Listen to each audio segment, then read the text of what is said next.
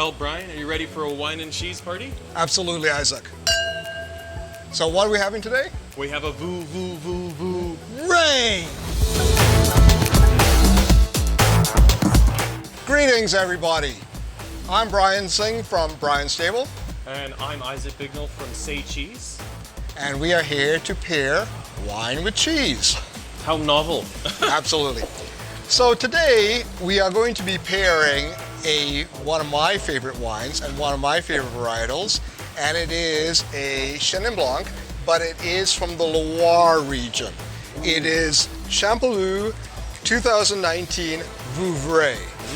I know there's nothing on the label that says Chenin Blanc, but because it's from the Loire Valley and it is from this region of the Loire Valley, and it is a white grape and it is a white wine, that means that highly likely you have a choice of two grapes.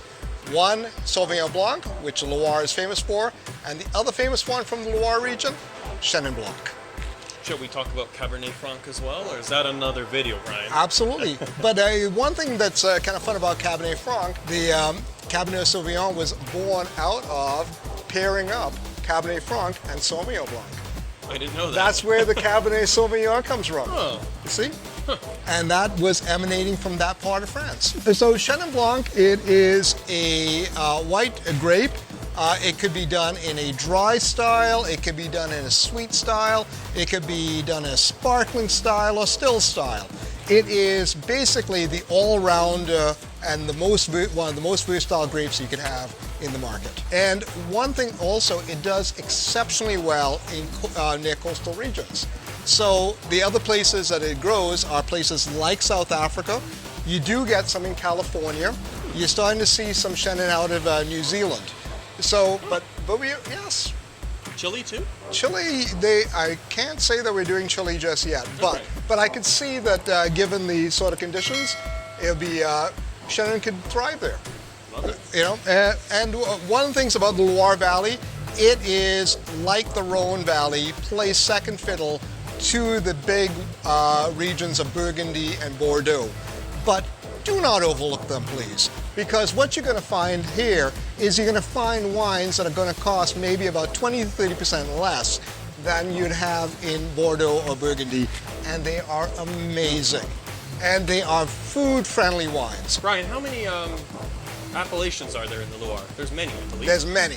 And Vouvray is one of the preeminent ones specifically for Chenin Blanc. If you go to one, so the Loire Valley is huge. Oh, yeah. It extends almost 1,500 kilometers. It is incredible. When you go to the coast, you get things like Muscadet. Go inland, you're going to get Chenin Blanc. Go a little bit more, you're going to get Cabernet Franc. The further up you go, you're going to get Sauvignon Blanc.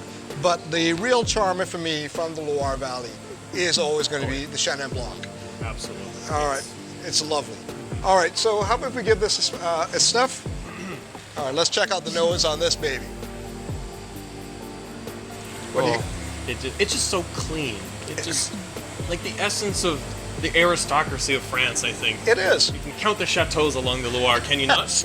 You know, if you want to go and see castles in France, the Loire Valley is a place. And this wine, it is true royalty to the region. It's wonderful.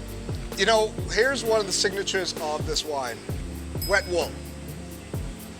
Absolutely. Wow, I didn't know that actually. So anytime you pick up a bit of wet wool on the nose, you're in Chenin Blanc territory. I get honeysuckle. A lot of honeysuckle, a lot of white flowers. Oh, You get a little totally. bit of acacia in there, but a bit of not green apple, but yellow apple on this. I would say so. Yes. Like almost like champagne. It's Yes. Chalk?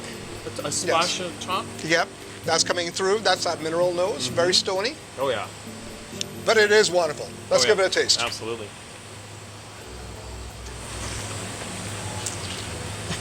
Oh, I mean, Oh, puckery, delightful. The apple comes right through in the center of the palate. it is, even though it's a medium-bodied wine, it is a full mouth experience. The joy of the French, like lesser known things like this, is that they carry the subtlety of France in them, and the true connoisseur just creates delight in their tasting. and their pleasure. They're so beautiful. And you know, one of the things you could tell with this guy, this wine, whoever's making this wine has a very signature style. One of the things that you could taste on this, it's a surprisingly complex wine. The finish is still going. Oh, It really is. The acid is incredibly well balanced. The complexity of this wine is actually driven by the winemaking technique. So this is actually a sustainably produced wine, which one of the things I do try to emphasize is if we're trying to be a little bit more responsible in how we eat, we can also be a little bit more responsible in how we drink. Absolutely. Right? And these guys, this is a technique that they do where they give the dead yeast, they leave it in with the wine as it is fermenting. So that's what we refer to as being on lees, and it brings more complexity to the wine. okay. Right? Is there a touch of malactic fermentation? Is Yes. that what's giving it part of its big mouthfeel? Yep. And that creaminess. Yeah. But you know, you're getting a little bit more citrus when you taste it, and the citrus is really to the front of the palate. You're getting a sweet note to the tip of the tongue. Like this wine is a multi-part harmony. There's no doubt about that. You know, this wine is telling you different things as you are enjoying it, from first sip to just relaxing and just letting your palate, you know, consider all that you've just consumed. Absolutely. Shall we try a bit of cheese with it now? Yes, Isaac. So what do you have in store for us? We have, it's called a Champalou Danton. I know it's pronounced Champalou, and there's a series of styles from throughout the Loire. And French people, please do not put any comments about how we're massacring the French language, please. I think Champalou is correct. Yes, but you did. The other part, the little town it's from, I'm not familiar with it. What's fun about the Loire is there's a series of like goat cheeses made throughout it. Hence why there's Sauvignon Blanc and Chenin Blanc throughout, because they're such perfect pairings with these like cute little living rind goat cheeses. Okay, Isaac, let's say it for the audience. What goes together grows together. Thank you. It's true though. As our selection gets further here at Say Cheese, Brian and I will probably find cheeses that might be the field they're from. Across the river, you might see the vineyard they're from, and that's the goal eventually, just to like have true terroir pairings. So, I will cut into it. Yeah. Ooh, nice and soft. Alright, so this is a cheese that ferments from the outside in. So if you see here, that it's just beginning its ripening process. So it's allowed on the shelf. It's still excellent. It could use a few more weeks, and then that's why it has this pristine goat interior. And this softer, let's say, ivory color will keep working its way into the cheese, and by the end of it, it will be basically a thumb's width inside the cheese. So That's this beautiful. is a young version. Absolutely. Yeah. Oh no, let's give it a smell. Oh my word. Oh yeah. Barnyard funky. Yeah. Goat, lots of straw. Lots of goat. There's a quality of spring there to it though. There is a freshness buried within the barnyard. Yeah, you're picking up on the acid too, because that's giving you a nice little clean, you know, sensation right at the back of your nose. Give it a taste. Cheers.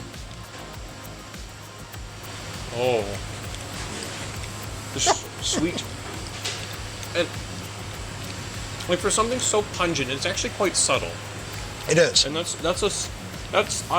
think that's what happens a lot with these wash rind, living rind French cheeses. They might stink and be fearsome and scary, but once you get into them, once they warm up, they're actually these delightful, like, summer afternoon cheeses, really. This is literally some on a patio. Yeah. Right? This, beyond the smell, it's a beautiful, clean creaminess. Yes.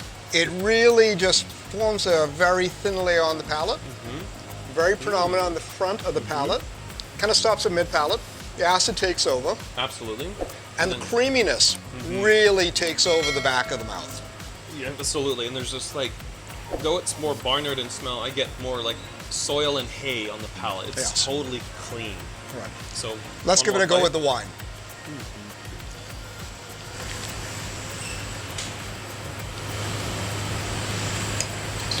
Oh, my mouth is watering. Oh, perfect pairing.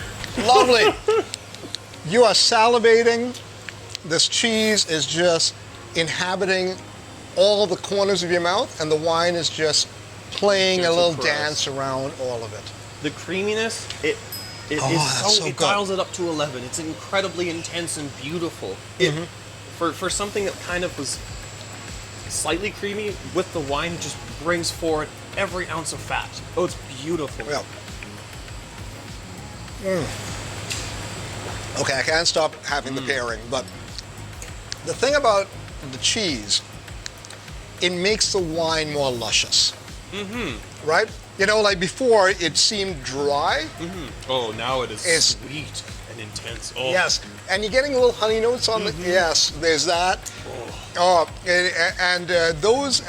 I'm going to be quite bizarre here. Is that apple note now is almost like the crispy part of an apple pie. Yeah, it's just the sign of a perfect pairing. They bring out absolute beauty in each other. Yes. There's no imperfections. So next time you're thinking that you'd like to have a goat cheese, think having a Chenin Blanc, specifically a Vouvray. I want to also emphasize, for those people who love to have like Thai food Oh, yeah. or Vietnamese food, Vouvray, because it just has a little bit of residual sugar, really pushes that pairing really well. Not to say you're going to have goat cheese and, and Thai your food. pho? Maybe somebody's going to come up with that, you know, because again, the Vietnamese did adopt pho from a French-style broth. True. Right? Yep. So don't be surprised. Somewhere out there, somebody some Vietnamese chef may be doing this. And maybe I'd like to find out what that's like. Oh, it'd be delightful. All right. But this one, you typically would pick this up for about $20 to $25. That's a good entry point for Vouvray. This one's a little bit more.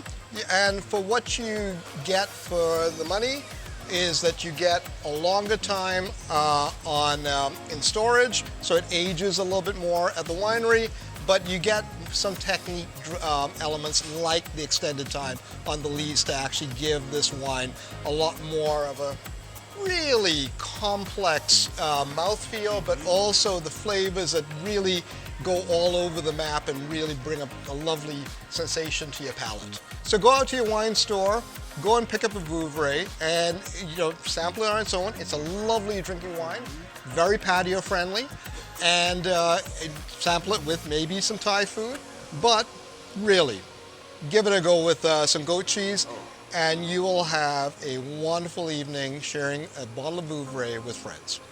Absolutely. Okay, folks, go out there, taste the world.